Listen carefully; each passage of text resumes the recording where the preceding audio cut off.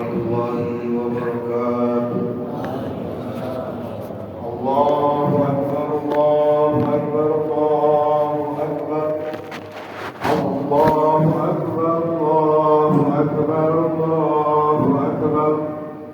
Allahu akbar, Allahu akbar, Allahu akbar. Allahu akbar kabira walhamdulillahi katsira wa subhanallahi bukratan wa asila. La ilaha illallah wallahu akbar, Allahu akbar walillahil hamd. Alhamdulillah. Alhamdulillahilladzi ja'ala yawmal adha 'iidan lil mu'minin wa mawsiman lil birri wat tarahumi bainal muslimin. Asyhadu an la ilaha illallah wahdahu la syarika lah. Narju biha an-najata yawmiddin. Wa asyhadu anna sayyidana Muhammadan abduhu wa rasuluhu al-mab'uts rahmatan lil alamin. Allahumma shalli wa sallim ala sayyidina Muhammadin wa ala alihi wa ashabihi wa man sara ala nahjihi ila yaumiddin. Amma ba'du. Wa ya ibadallah, fa inni usikum bittaqwallah faqad fazal muttaqun. Wa qala ta'ala a'udzu billahi minasyaitonir rajim. Bismillahirrahmanirrahim. Fadhkuru ismallahi 'alayha sawwafa fa idza wajabat junubuha fakulu minha wa atimul qawla wal muqtarra kadzalika sakharnaha lakum la'allakum tashkurun. Jamaah salat Idul Adha Masjid Jami' Al-Ikhlas yang dimuliakan Allah Subhanahu wa taala.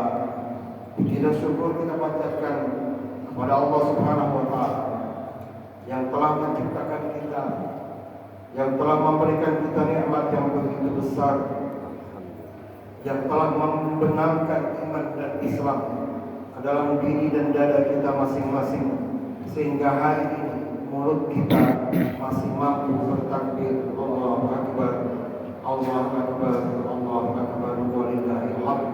Pada saat mungkin sebagian kecil orang-orang ada yang tidak mampu bertakbir karena satu dan lain hal.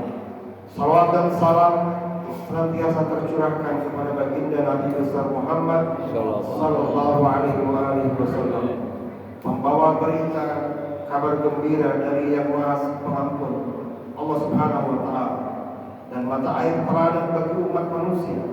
Demikian pula kepada keluarga dan para sahabatnya. Mudah-mudahan juga terlimpahkan kepada kita sampai hari kiamat. Hadirin yang dimuliakan Allah, pada pagi hari ini hari raya Idul Adha, hari raya kurban, hari raya Idul Akbar, hari raya besar yang Allah penuhi dengan keberkahan. Mari kita meningkatkan takwa kepada Allah Subhanahu wa taala dengan memberikan motivasi pada diri sendiri, memaksa diri masing-masing untuk melakukan ketakwaan kepada Allah Subhanahu wa taala dengan menjalankan perintahnya dan menjauhkan larangan Allah Subhanahu wa taala. Karena buah ketakwaan adalah sesuatu yang membahagiakan. Wa may yattaqillaha yaj'al lahu makhraja wa yarzuqhu min haitsu la yahtasib. Siapa yang bertakwa kepada Allah, maka Allah akan memberikan jalan keluar dan memberikan rizkinya dari jalan yang tidak diduga-duga. Allahu Akbar, Allahu Akbar, Allahu Akbar walillahil hamd. Hadirin yang dimuliakan Allah, takwa yang berbuah bahagia seringkali diberikan Allah Subhanahu wa taala kepada hamba-hambanya yang beriman, yang mau mendekat kepada Allah. Salah satu adalah nikmat yang pernah Allah berikan kepada Nabi Ibrahim dan keluarga kecil. Lama Nabi Ibrahim menjalani hidup berumah tangga tanpa memiliki anak. Namun kemudian Allah baru memberikan keturunan kepada Nabi Ibrahim pada saat usianya sudah menginjak 86 tahun. Karena ketakwaannya kepada Allah Subhanahu wa taala, anak itu kemudian diberi nama Ismail. Setiap hamba Allah pasti diuji. Begitupun juga Nabi Ibrahim saat sedang senang-senangnya mempunyai anak, bermain dengan anak, berjalan, bercanda bersama anak, yang udah lama dia tunggu-tunggu kelahirannya dan sudah lama dia asuh anaknya. Kemudian Allah Subhanahu wa taala memberikan ujian ketaatan kepada Nabi Ibrahim alaihissalam. Allah memberikan perintah agar Ibrahim menyembelih Ismail putra satu-satunya. Perintah Allah itu pun kemudian disampaikan oleh Nabi Ibrahim kepada Ismail yang masih kecil menginjak remaja. Sang ayah Ibrahim yang bertakwa kepada Allah dan si anak Ismail yang masih kecil yang juga bertakwa kepada Allah. Dalam situasi dialog yang indah, Allah gambarkan itu dalam surah As-Saffat ayat 102. Allah Subhanahu wa taala berfirman, "A'udzubillahi minasyaitonir rajim. Falamma balagha ma'ahu sa'ya, qala ya bunayya inni ara fil manam anni asbahuka. Fanzur madza tara." Qala ya abati if'al ma tu'mar. Satajiduni insyaallah minas sabirin. Tatkala anak itu sampai pada usia berusaha bersama-sama Ibrahim, Ibrahim kemudian berkata, "Wahai anakku, sesungguhnya aku melihat dalam mimpi bahwa aku menyembelihmu. Maka fikirkanlah apa pendapatmu." Ismail menjawab, "Wahai ayah, kerjakanlah apa yang diperintahkan kepadamu. Insya Allah engkau akan mendapatku termasuk orang-orang yang sabar." Allahu Akbar, Allahu Akbar, Allahu Akbar, walillahil hamd. Hadirin sekalian, Ismail yang masih kecil ketika disampaikan bahwa ayahnya diperintahkan untuk menyembelih dirinya dengan ketakwaannya, dengan kepatuhannya, dengan ketaatannya kepada Allah dan kepada orang tua, Ismail kecil menjawab, "Wahai ayahku, kerjakan apa yang diperintahkan kepadamu." Sebuah jawaban tegas dari seorang anak yang masih remaja, yang jawabannya itu menggambarkan ketaatannya kepada Allah sebagai Tuhannya dari ketaatannya kepada Nabi Ibrahim alaihissalam. Untuk itu hadirin, pendidikan model apa yang telah diberikan oleh Nabi Ibrahim kepada anaknya Ismail?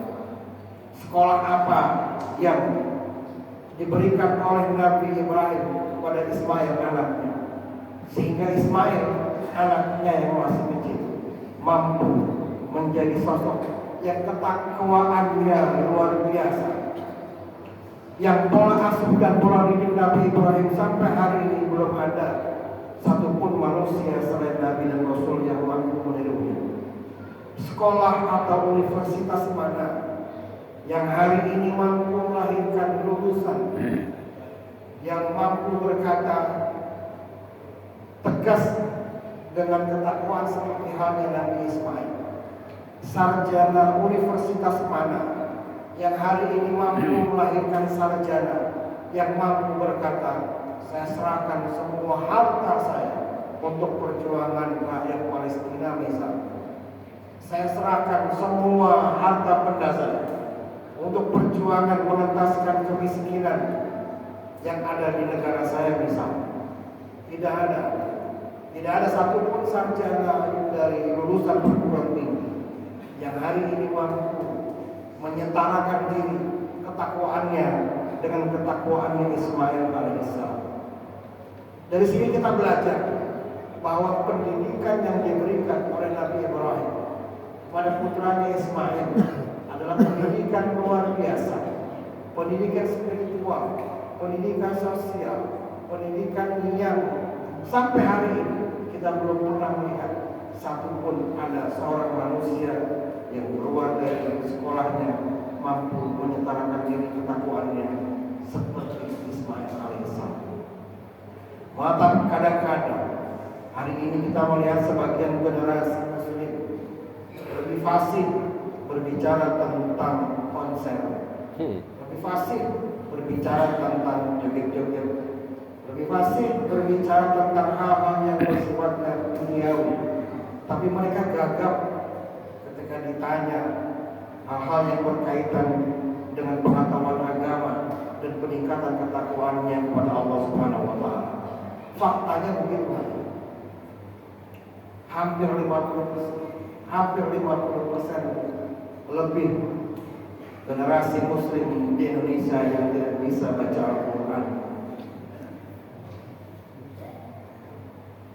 Hampir 50% lebih orang-orang Islam di Indonesia yang kali ini juga tidak rutin melaksanakan sholat 5 waktu. Generasi-generasi ini suatu saat hadir, mereka yang akan mengisi kursi-kursi DPR, generasi yang ketakwaannya kepada Allah minim, suatu saat yang akan mengisi kursi-kursi MPR, generasi yang pengetahuan agamanya dan ketaatannya kepada Allah minim ini, yang suatu saat akan mengisi kursi-kursi menteri, generasi yang minim kedekatannya kepada Allah ini, yang suatu saat akan menjadi polisi, akan jadi tentara, mungkin bahkan akan jadi presiden. Relakah kita Muslim Indonesia yang jumlahnya mayoritas dipimpin oleh orang Islam sendiri, tapi orang Islamnya yang gak punya kedekatan kepada Allah Subhanahu wa Ta'ala? Kondisi bangsa kita hari ini adalah buah dari hampir hilangnya ketaatan kepada Allah Subhanahu wa Ta'ala. Kalau mau jujur kita berkata bahwa hari ini pemerintah lebih sibuk ngurusin hal-hal yang bersifat perut, ekonomi. Lebih fasih pemerintah kita menghitung-hitung fluktuasi perkembangan ekonomi ketimbang memikirkan bagaimana perkembangan spiritualitas anak-anak dan generasi bangsa ke depan. Hadirin yang dimuliakan Allah Subhanahu wa Ta'ala, lewat momentum Idul Adha kali ini, mari kita berikhtiar, bermujahadah, berniat untuk memberikan pendidikan terbaik kepada anak kita masing-masing. Pengetahuan pengetahuannya diisi sebaik-baiknya, kemampuannya untuk kehidupan dunianya diisi sebaik-baiknya, tapi jangan lupa dengan bekalnya untuk pulang ke akhirat, ketakwaannya kepada Allah Subhanahu wa Ta'ala harus terus diasuh dan diayomi. Itulah semangat kurban yang pada hakikatnya mendekatkan diri kepada Allah Subhanahu wa Ta'ala, dan pada zahirnya menyembelih hewan kurban adalah satu rangkaian ajaran syariat Islam yang dibawa oleh Nabi Muhammad Sallallahu Alaihi Wasallam, agar setiap orang yang berkurban mampu mendekatkan diri kepada Allah Subhanahu wa Ta'ala, melepaskan egonya, melepaskan kesombongannya seiring dengan disembelihnya hewan kurban yang dia miliki pada hari ini. La yanalullaha ruhumuha wa la dima'uha walakin yanaluhu taqwa minkum. Daging hewan kurban dan darahnya itu sekali-kali tidak akan sampai kepada Allah, tetapi yang sampai kepada Allah adalah ketakwaan. Surat Al-Hajj ayat 37. Allahu Akbar, Allahu Akbar, Allahu Akbar walillahil hamd. Hadirin yang dimuliakan Allah Subhanahu wa Ta'ala, kaitannya dengan semangat Idul Adha, spirit ketakwaan yang juga tergambar dalam ibadah